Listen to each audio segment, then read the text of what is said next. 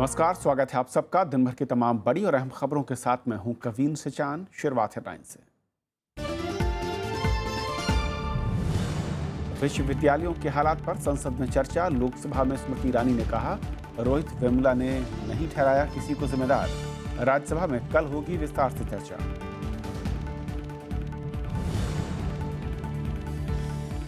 29 फरवरी तक टली कन्हैया की जमानत याचिका पर सुनवाई। उमर और अनिर्बान के साथ पूछताछ करने की दिल्ली पुलिस की मांग। एबीवीपी का दिल्ली में जवाबी मार्च।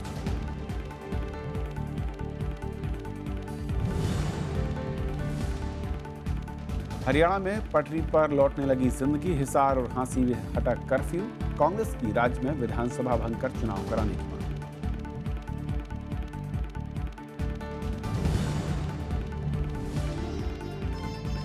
सार्वजनिक संपत्ति को नुकसान पहुंचाने वालों के खिलाफ सख्त कार्रवाई का आदेश। सुप्रीम कोर्ट ने कहा, आंदोलन के जरिए देश को बंधक बनाना गलत। जल्द गाइडलाइंस बनाएगी अदालत।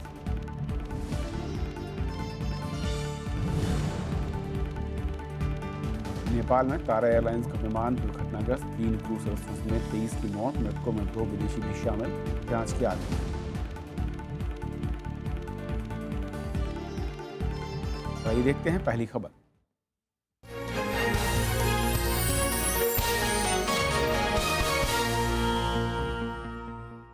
रोहित वेमुला आत्महत्या मामले को लेकर गतिरोध के चलते आज राज्यसभा की कार्यवाही कई बार बाधित हुई। बीएसपी ने इस मसले पर अलग से चर्चा की मांग की। सदन में आज देश के विश्वविद्यालयों के हालात पर चर्चा होनी थी, लेकिन गतिरोध के चलते बहस शुरू नहीं हो सकी और इस पर गुरुवार को चर्चा होगी।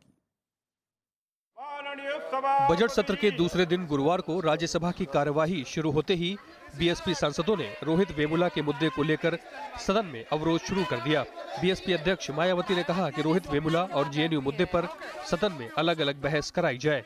ये दोनों मामले बहुत गंभीर है। मेरी आपसे रिक्वेस्ट है, इन दोनों मुद्दों पर अलग अलग से चर्चा कराई जाए। भी आप चाहते हैं तो कल इस मामले को ले लें, हमें कोई तैयार, हम कोऑपरेट करेंगे आपको। हमें केवल सरकार से हमने यही जानना चाहा था कि जो इसके लिए न्यायिक जांच कमेटी बनी है तो उसमें एक दलित को रखना बहुत जरूरी है। मानव संसाधन विकास मंत्री स्मृति ईरानी ने बीएसपी सांसदों को भरोसा दिलाया कि देश के विश्वविद्यालयों के हालात पर चर्चा के दौरान उनके सभी सवालों के जवाब दिए जाएंगे। अगर आप मेरा जवाब चाहती हैं तो मैं जवाब देने को तैयार हूँ। आपकी जो मांगे आप रखना, मैं सुबह से सुन रही हूँ। मैं आपसे कहती हूँ, अगर मेरे जवाब से आप संतुष्ट न हो, आज इस सभा में कहती हूँ मायावती जी, मैं आज बसपा के एक एक कार्यकर्ता और आपके नेताओं से कहती हूँ, सर कलम करके आपके चरणों में छोड़ देंगे अगर मेरे जवाब से आप असंतुष्ट हो। सरकार की ओर से बार बार चर्चा शुरू कराने के अनुरोध के बाद भी सदन में गतिरोध जारी रहा। किसी भी तरह की जो भी सवाल है उन सवालों का जवाब देंगे। अब अगर इस तरह से जो चर्चा है उस चर्चा को पूरी तरह से डिमोलिश करने की कोशिश होगी तो ये सर देश के लिए भी ठीक नहीं है। बाद में विपक्ष और सरकार इस मुद्दे पर गुरुवार को चर्चा के लिए सहमत हो गए, लेकिन बार बार अवरोध के चलते सदन की कार्यवाही कई बार और फिर दिन भर के लिए स्थगित हो गई। House is adjourned till 11 a.m. on Thursday, the 25th February 2016. देश में विश्वविद्यालयों की स्थिति को लेकर जेडीयू और वाम दलों ने संसद परिसर में प्रदर्शन किया।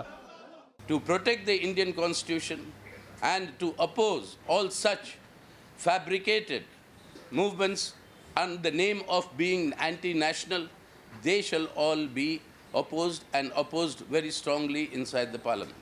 कन्हैया से लेकर जो नौजवानों को एक से ये उनका राष्ट्रवाद का जो भजन चला है, तो पार्लियामेंट में इसकी बहस होगी। और कभी हिंदुस्तान में 70 बरस में इस तरह का उन्माद कभी पैदा नहीं हुआ। गुरुवार को राज्यसभा में इस मुद्दे पर पूरा विपक्ष सरकार को घेरने की कोशिश करेगा। वहीं सरकार बहस के दौरान इस मुद्दे पर उठ रहे सवालों पर सफाई देगी। विशाल दहिया के साथ नवविक्रम सिंह, राज्यसभा टीवी। इधर जेएनयू और हैदराबाद विश्वविद्यालय समेत देश के दूसरे संस्थाओं के मौजूदा हालात पर आज लोकसभा में चर्चा हुई। विपक्ष ने जेएनयू छात्रों के खिलाफ कार्रवाई पर चिंता जताते हुए शिक्षण संस्थानों में एक विचारधारा थोपने का आरोप लगाया। वहीं सत्ता पक्ष ने विरोधी दलों पर देश का माहौल खराब करने का आरोप लगाया। लोकसभा में कांग्रेस सांसद ज्योतिरादित्य सिंधिया ने जेएनयू समेत उच्च शिक्षण संस्थानों के हालात पर चर्चा की शुरुआत की। उन्होंने कहा कि देश में असहिष्णुता का माहौल है, विरोधी विचारों को कुचलने के प्रयास हो रहे हैं और एक विचारधारा लागू करने की कोशिश हो रही है। अगर कोई विचारधारा आप और मुझसे भिन्न हो तो उस विचारधारा को कुचला जाना चाहिए, यही इस सरकार की सोच है। ये वास्तविकता है कि दलित और अल्पसंख्यक छात्रों के विरुद्ध भेदभाव हमारे संस्थानों में हो रही है। चाहे प्रोफेसर हो, चाहे लेक्चरर हो, चाहे कोई भी हो, अगर वो देश के खिलाफ काम करता है तो पहले उसको हैंग करो। आप जो 10-8 बच्चे जो भी गड़बड़ कर रहे हैं या एंटी नेशनल एक्टिविटीज कर रहे हैं, क्यों आपको ढूंढ नहीं निकाले? किनकी गलती है? क्या हमारी गलती है? चर्चा में हिस्सा लेते हुए बीजेपी सांसद अनुराग ठाकुर ने कहा कि देश के खिलाफ साजिश करने वालों को कभी कामयाब नहीं होने दिया जाएगा। देश को तोड़ने वालों के पास जेएनयू में यही चले गए थे। हमारे लिए nation first, party next, self last, ये हमारा नारा है मैडम। तृणमूल कांग्रेस और बीजेडी ने छात्रों के खिलाफ कार्रवाई और पत्रकारों पर हुए हमले की निंदा की। That state-sponsored or state-condoned campaigns against so-called anti-nationals leads to authoritarian rule and the destruction of democratic principles. If universities and students are attacked, the legacy of the anti-colonial freedom struggle and of democratic reconstruction is gravely undermined. The police was seen standing as mute spectator. The way that Commissioner started speaking, the way the Honorable Home Minister started quoting tweets, of all things tweets. So when you made these mistakes, you turned the country upside down, you... Samajwadi party के अध्यक्ष मुलायम सिंह यादव ने इस पूरे मामले की सच्चाई सामने लाने के लिए निष्पक्ष और तेज जांच पर जोर दिया। इस संबंध में पूरी जांच आपको करा लेना चाहिए और देर नहीं करना चाहिए, जल्दी जांच कर लेना चाहिए, क्या सही कितना गलत, और जो दोषी हैं उनको तो खैर माफ किया नहीं जा सकता। दूसरे विपक्षी दलों ने भी चर्चा में हिस्सा लिया और जेएनयू में छात्रों के खिलाफ कार्रवाई पर चिंता जताई। विपक्षी सांसदों ने विश्वविद्यालयों में सरकार के दखल का विरोध किया। प्रणव गोस्वामी, राज्यसभा टीवी। और लोकसभा में आज चर्चा का जवाब देते हुए मानव संसाधन विकास मंत्री स्मृति ईरानी ने शिक्षण संस्थानों में विचारधारा थोपने के आरोपों को खारिज किया और विश्वविद्यालयों में सरकार के दखल से भी इनकार किया। Handwritten suicide note was written which did not blame anybody and specifically stated that nobody is responsible for this act. Afzal Guru, they claim it as a nervous attempt by the Congress government. And this, Madam Speaker, is a notice given on the 10th of February 2016. और इस मसले पर और बातचीत करने के लिए हमारे साथ वरिष्ठ पत्रकार नीरजा चौधरी जोड़ रही हैं। नीरजा, सबसे पहले मैं समझना ये चाहूँगा कि जिस तरीके से लोकसभा में आज जो चर्चा हुई, तमाम जो विपक्षी दलों के आरोप थे जो कि संसद सत्र शुरू होने से पहले बाहर लगते रहे हैं, लेकिन यहाँ पर सरकार ने जो तैयारी की और डॉक्यूमेंट्स के ज़रिए जो तथ्य सामने रखने की कोशिश की, आपको क्या लगता है कि जो सरकार आरोपों से घिरती दिख रही थी, कहीं एक थोड़ा सा उनको राहत मिली? देखिए, एक जो सबसे अच्छी चीज आज हुई है वो ऐसे मुद्दे पर पार्लियामेंट के अंदर खुल के बहस होना, बहुत समय के बाद उस मुद्दे पर जो कि पूरे देश को आज एजिटेट कर रहा है। तो आरोप भी लगे विपक्ष की तरफ से और पक्ष की तरफ से, उसका डिफेंस भी हुआ। और स्मृति ईरानी का तो बहुत ही इम्पैशन्ड, इमोशनल, उन्होंने साफ साफ कहा, हाँ मैंने इसको पर्सनली लिया है, और गुस्से में भी थी, इमोशन में भी थी, और हर चीज को दस्तावेज को से लेके उन्होंने खारिज करने की कोशिश की। तो क्लियरली सब मुद्दे सामने आए किसी ना किसी स्पीकर द्वारा, जो कि विपक्ष फील कर रहा है, जैसे कि ज्योतिरादित्य सिंधिया ने कहा कि ये डिसेंट को मजल करने का एक अटेम्प्ट है। ये सरकार नहीं चाहती कि जो लोग अलग विचारधारा के हैं, अलग ओपिनियंस के हैं, उनको अपनी बात रखने का मौका दिया जाए, उसको खत्म करना चाह रही है।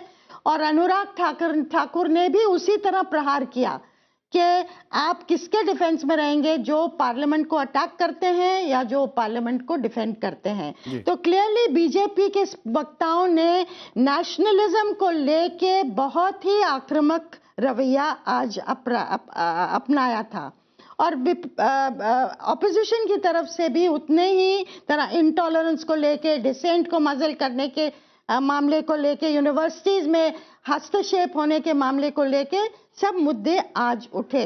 और जैसा मैंने कहा, ये बहुत ही अच्छा हुआ, पार्लियामेंट में ऐसी ही डिबेट्स होनी चाहिए कि दोनों तरफ से मुद्दा काउंटर मुद्दा देश के सामने आए। यानी बहुत दिनों के बाद निर्जा ऐसा लग रहा है कि इंटरेस्टिंग चीज जो लगी मुझे, जी आप कंटिन्यू करें।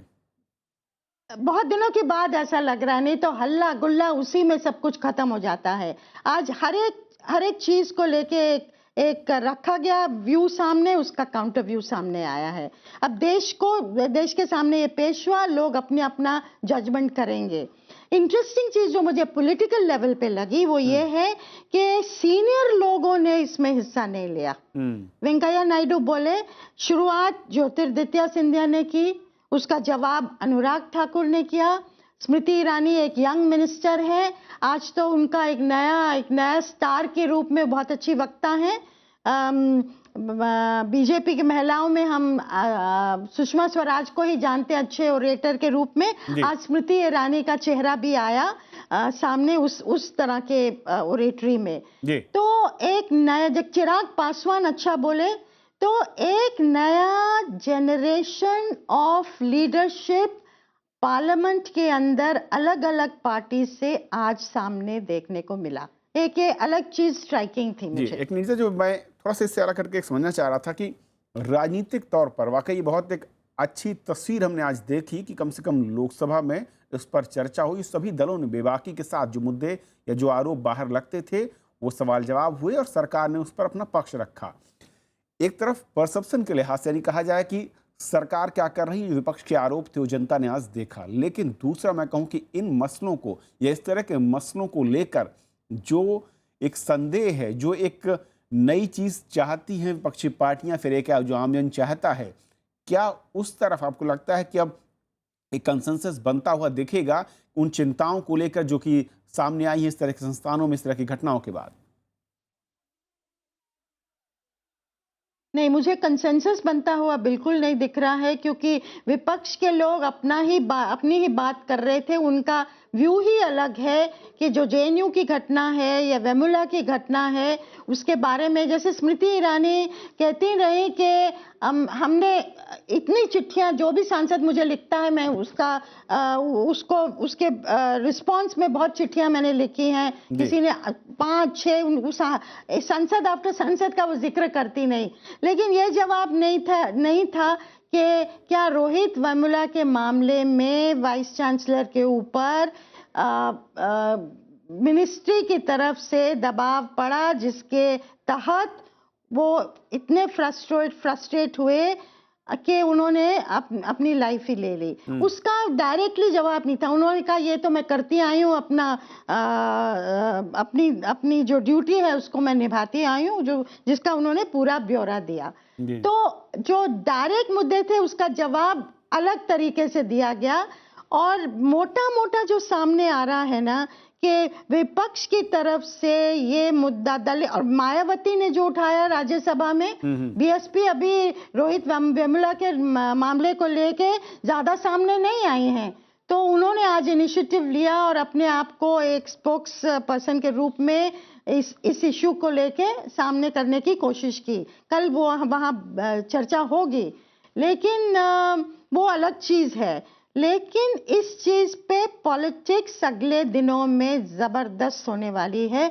और बीजेपी को लगता है जहां की रोहित वेमुला दलित के मुद्दे को लेके उनके पास वो डिफेंसिव पे थे, उनको समझ में नहीं आ रहा था जब सुसाइड हुई एक बच्चे की इस तरह, तो किस तरह से इसको हैंडल किया जाए। पहले उन्होंने कोशिश की कि वो दलित ही नहीं है, पर कुछ भी क्लिक नहीं कर रहा था। रोहित पर मैं कहूँ कि थोड़ा सा उसको लेके उनके हाथ में, हाँ, डिफेंसिव थी, यहाँ बिल्कुल ऑफेंसिव पे आ गई, क्योंकि नेशनलिज्म का मुद्दा और ये कहना कि एंटी नेशनल नारे लगे कश्मीर को लेके आज़ादी की बात, तो उस चीज़ को लेके ये मुद्दा जो है वो बीजेपी का नेचुरल मुद्दा है, जिसमें वो कंफर्टेबल है। देखना है होगा तो वो एक चीज़ उनके हाथ में एक हथियार आया है, वहां पर सरकार किस तरीके से बयान देती है, और जो मैं कहूँ कि एक विपक्ष दिख रहा है, यानी कि एकजुट विपक्ष दिख रहा है, ये देखने लायक चीज होगी जी। वहां पर किस तरीके से रिएक्ट करती है एकजुट दिख रहा है, ये देखने लायक चीज होगी कि सीनियर लीडर्स वहां बोलते हैं कि नहीं, कि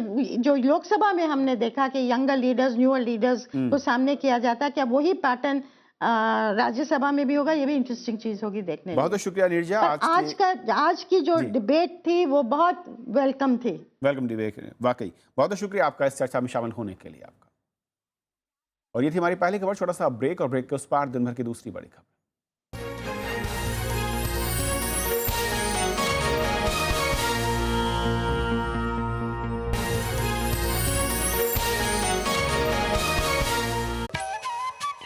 आदिवासी आबादी, आदिवासी समाज।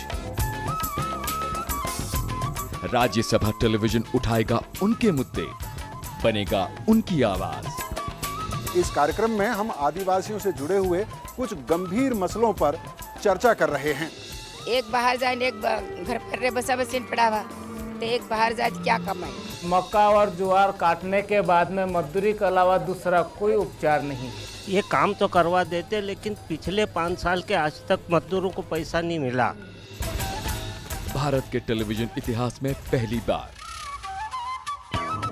भारत के आदिवासियों पर विशेष श्रृंखला, मैं भी भारत।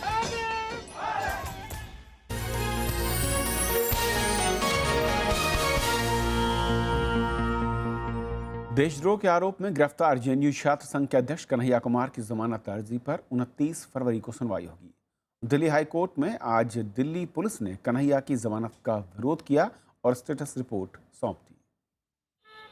दिल्ली हाई कोर्ट में जेएनयू छात्र संघ के अध्यक्ष कन्हैया कुमार की जमानत अर्जी का पुलिस ने विरोध किया। पुलिस का दावा है कि कन्हैया के खिलाफ पुख्ता सबूत हैं और जमानत देने से कानून व्यवस्था की स्थिति खराब हो सकती है। पुलिस ने कहा कि मामले के 2 आरोपियों के सरेंडर के बाद तीनों की एक साथ पूछताछ जरूरी है। अब कन्हैया की अर्जी पर 29 फरवरी को सुनवाई होगी। हमने ये बताया है कैसे कैसे ये ऑफेंस कमिट हुआ है, और जो जो उसके रिलेवेंट एविडेंसेस थे वो भी हमने कोर्ट के सामने रखे हैं। कोर्ट विल कंसिडर, और हमारी जो स्टेटस रिपोर्ट है that runs into around 13 pages. Police ने पटियाला हाउस कोर्ट में भी याचिका दायर कर कन्हैया की पुलिस कस्टडी की मांग की है। फिलहाल कन्हैया 2 मार्च तक न्यायिक हिरासत में है। इस बीच जेएनयू ने जांच समिति में 2 और सदस्यों को शामिल किया है। छात्रों और शिक्षकों ने इसकी मांग की थी। उसमें हमने एक जीवीजी प्रसाद है, बिकॉज ये भी डिमांड थी कि साइंस फैकल्टी से ज्यादा तो वो लिंग्विस्ट है, और एक और लेडी है teacher, and she is also from minority community, so we have tried to cover all this sector. Akhil Bharatiya Vidyarthi परिषद ने बुधवार को दिल्ली के रामलीला मैदान से जंतर मंतर तक जवाबी मार्च निकाला। प्रदर्शन में सैकड़ों छात्रों ने हिस्सा लिया और देश विरोधी गतिविधियों का विरोध किया। मंगलवार को रोहित वेमुला और कन्हैया को इंसाफ दिलाने के लिए कई छात्र संगठनों ने रैली की थी। जिन लोगों ने भारत विरोधी नारे लगाए हैं, वो उस बैनर में जो लोग 10 लोग थे, उनके खिलाफ जेएनयू प्रशासन और दिल्ली प्रशासन कड़ी से कड़ी कार्रवाई की। हमें अपने पूरे संविधान पे भरोसा है कि जो लोग भी दोषी थे उनके खिलाफ कड़ी से कड़ी कार्रवाई होगी। कन्हैया को 12 फरवरी को गिरफ्तार किया गया था। उस पर देशद्रोह का मामला दर्ज है। अनु दीवान के साथ विपिन चौहान, राज्यसभा टीवी। और अब बात हरियाणा की, जहां पर हालात अब धीरे धीरे सामान्य की ओर बढ़ते दिख रहे हैं। हिसार और हांसी से आज कर्फ्यू हटा लिया गया। हरियाणा के बीजेपी नेता आज दिल्ली में संसदीय कार्य मंत्री एम वेंकैया नायडू से मिले। वहीं कांग्रेस ने हरियाणा में नए चुनाव की मांग की है। 10 दिन तक चले इस आंदोलन में 28 लोगों की जानें गई। जाट आंदोलन की आंच धीमी पड़ने के बाद हरियाणा में हालात सुधरने लगे हैं। हिसार और हांसी से कर्फ्यू पूरी तरह हटा लिया गया है। रोहतक में पूरे दिन कर्फ्यू में ढील दी गई। भिवानी में ये छूट 4 घंटे की रही। सोनीपत में भी स्थिति शांत है।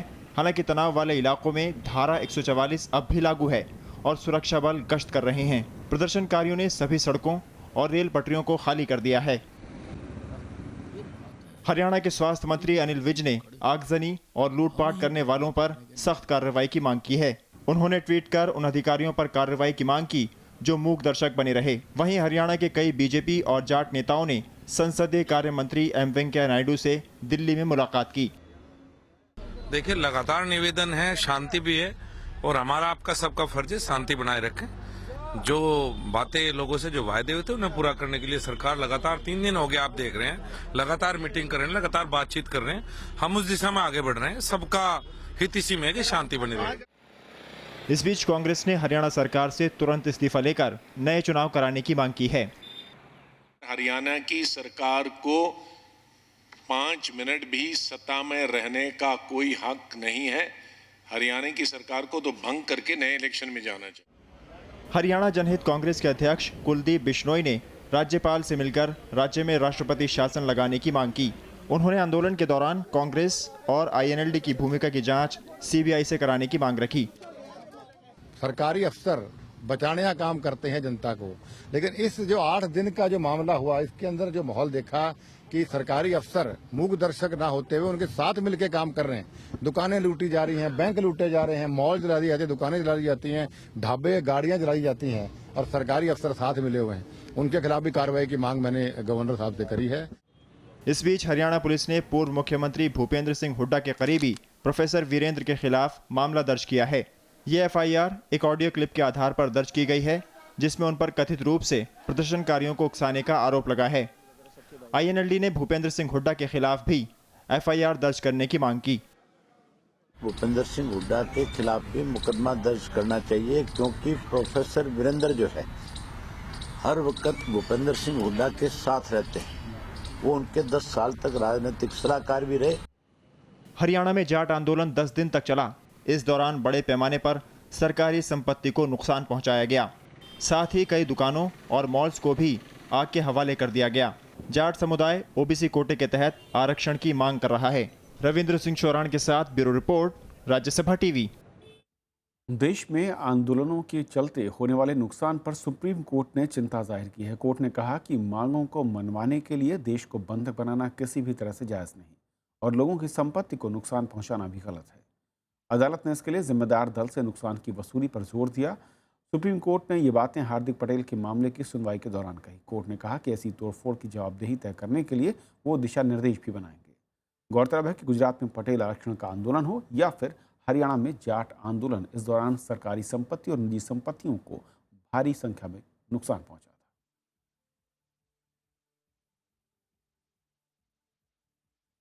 रेल मंत्री सुरेश प्रभु तथा उनकी टीम ने आज रेल बजट को अंतिम रूप दे दिया। रेल मंत्री सुरेश प्रभु कल संसद में रेल बजट पेश करेंगे। उनका दावा है कि इस बजट में रेल और देश दोनों का हित दिखेगा। इस समय रेलवे के सामने चुनौतियां कई हैं और अपेक्षाएं बहुत ज़्यादा। इस बार रेल बजट पर पूरे देश की निगाहें हैं। जल्द ही पश्चिम बंगाल, असम, केरल और पुडुचेरी जैसे राज्यों के विधानसभा चुनाव होने हैं। इन राज्यों में रेल सुविधाओं के विस्तार का काफी दबाव है। इन चुनौतियों को देखते हुए किराया और माल भाड़ा बढ़ने के आसार हैं। छोटे डिब्बों में जिनमें जनसामान्य बैठता है, उसमें भेड़ बकरियों जैसे भर जाते हैं। वातानुकूलित में एक एक जाता है, तो जनता को सुविधा मिलना चाहिए ना। डब्बे बढ़ाए जाएं और क्या, यही चाहते हैं। पर जिस तरह ये किराए बढ़ा रहे हैं ट्रेन के, यात्रा के, उसी तरह सुविधाएं भी होनी चाहिए। सुविधाएं कम हैं, ये खाली किराए बढ़ रहे हैं, सुविधाओं के नाम पे कुछ नहीं है। डीजल की कीमतें घटने से रेलवे को राहत मिली है, लेकिन 7वें वेतन आयोग की सिफारिशें लागू करने में रेलवे पर 32,000 करोड़ रुपए से अधिक का सालाना बोझ आ रहा है। यात्री सेवाओं पर घाटा करीब 30,000 करोड़ रुपए का होने जा रहा है। वित्त मंत्रालय ने रेलवे को राहत देने से इनकार कर दिया है। क्षमता विस्तार पर ध्यान देकर ही रेलवे इन चुनौतियों से निपट सकता है। रेलवे में किसी भी प्रकार की कोई सुविधा नहीं है, ना तो शौचालय की सुविधाएं हैं, ना तो पास में हॉस्पिटल किट है, ना इसमें डॉक्टर हैं, ना इसमें पुलिस व्यवस्था है, कुछ भी नहीं है। आम यात्री परेशान हो रहे हैं।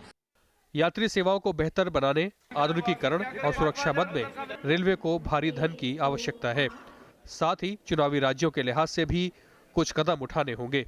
वैसे तो रेल मंत्री सुरेश प्रभु का दावा है कि यह रेल बजट देश हित में होगा और रेल हित में होगा, लेकिन आम लोगों को यह देखना है कि रेल किराया कितना बढ़ता है और उनके लिए कौन सी नई सुविधाएं जुड़ती हैं। कैमरामैन प्रशांतों के साथ अरविंद कुमार सिंह, राज्यसभा टीवी, दिल्ली। नेपाल में तारा एयरलाइंस का एक विमान हादसे का शिकार हो गया। बुधवार सुबह उड़ान भरने के कुछ मिनट के बाद विमान का संपर्क टूट गया। तलाश और बचाव में लगी टीम को विमान का मलबा म्यादगी जिले के रूपसे गांव के पास मिला। हादसे के वक्त विमान में 20 मुसाफिर और 3 क्रू मेंबर्स थे। इन सभी लोगों की मौत हो गई है। यात्रियों में 2 बच्चे और 2 विदेशी पर्यटक भी शामिल थे। हादसे के वक्त विमान पोखरा एयरपोर्ट से उड़ान भरकर नेपाल के जोमसोम जा रहा था। प्रभात शेयर बाजार की जहां पर लगातार दूसरे दिन गिरावट दर्ज की गई। सेंसेक्स 321 अंक कर 23,089 पर बंद हुआ। वहीं निफ्टी 91 अंक कर 7,019 पर। बिकवाली के चलते बाजार पर दिन भर दबाव दिखा। कमजोर वैश्विक संकेतों और एशियाई बाजारों में आ रहे कमजोर आर्थिक रुझानों के चलते बाजार की स्थिति कमजोर बनी।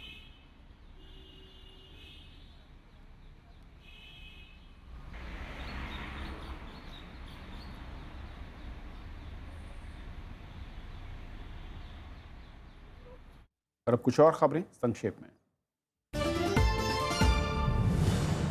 वाईएसआर कांग्रेस के एक और विधायक ने टीडीपी का दामन थाम लिया है। हाल में वाईएसआर के 4 विधायकों ने पार्टी छोड़ते हुए जगमोहन रेड्डी का उन्होंने साथ छोड़ दिया था। महाराष्ट्र एसीबी ने सदन घोटाला मामले में पूर्व मंत्री छगन भुजबल और उनके परिवार के अन्य लोगों के खिलाफ चार्जशीट दायर की है। घोटाले के वक्त भुजबल महाराष्ट्र सरकार में पीडब्ल्यूडी मंत्री थे। सुप्रीम कोर्ट ने महाराष्ट्र सरकार से डांस बार के लाइसेंस देने में वीडियोग्राफी की अनिवार्य शर्त पर जवाब मांगा है। बार मालिकों ने कोर्ट को बताया कि लाइसेंस के लिए पुलिस ने 24 नई शर्तें लगाई हैं और कोर्ट ने पुलिस को 1 मार्च से पहले जवाब देने को कहा है। Supreme court Chennai super Kings पर लगे प्रतिबंध से जुड़ी याचिका पर सुनवाई उसने मंजूरी दी है। बीजेपी नेता सुब्रमण्यम स्वामी ने टीम को आईपीएल से निलंबित करने के फैसले को चुनौती दी। टीम के शीर्ष अधिकारी को सट्टेबाजी का दोषी पाए जाने पर चेन्नई सुपर किंग्स पर 2 साल का प्रतिबंध लगाया गया।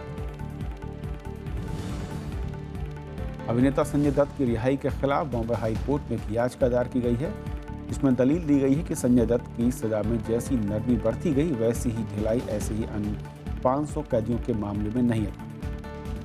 संजय दत्त गुरुवार को रिहा हुए। उत्तर प्रदेश के डीजीपी जावेद अहमद ने एक बुजुर्ग को थप्पड़ मारने के मामले में लखनऊ के डीआईजी डीके चौधरी को निलंबित कर दिया है। डीआईजी से इस मामले में स्पष्टीकरण मांगा गया है। इस घटना का वीडियो सामने आने के बाद डीआईजी को काफी आलोचना झेलनी पड़ी। 1 मार्च से 199 किलोमीटर तक की यात्रा के लिए खरीदा गया टिकट सिर्फ 3 घंटे के लिए ही मान्य होगा। रेलवे के नए नियम के मुताबिक अगर 3 घंटे के भीतर यात्रा नहीं की तो टिकट कैंसिल हो जाएगा। लोकसभा में रेल राज्य मंत्री मनोज सिन्हा ने एक लिखित जवाब में जानकारी दी। बच्चों की देखभाल के प्रोडक्ट बनाने वाली कंपनी जॉनसन एंड जॉनसन पर करीब 500 करोड़ रुपए का जुर्माना लगा है। अमेरिका के मिसूरी में एक महिला की कैंसर से मौत के बाद अदालत ने मुआवजा देने का आदेश दिया। महिला पिछले 35 वर्षों से कंपनी के उत्पाद इस्तेमाल कर रही है।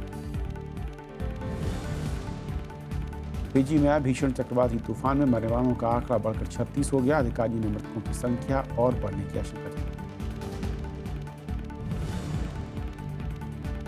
अमेरिकी राष्ट्रपति बराक ओबामा ने संसद में विवादास्पद गुआंतानामो जेल को बंद करने का प्रस्ताव रखा है। क्यूबा के नजदीक बनी इस जेल में अभी 91 अपराधी बंद हैं।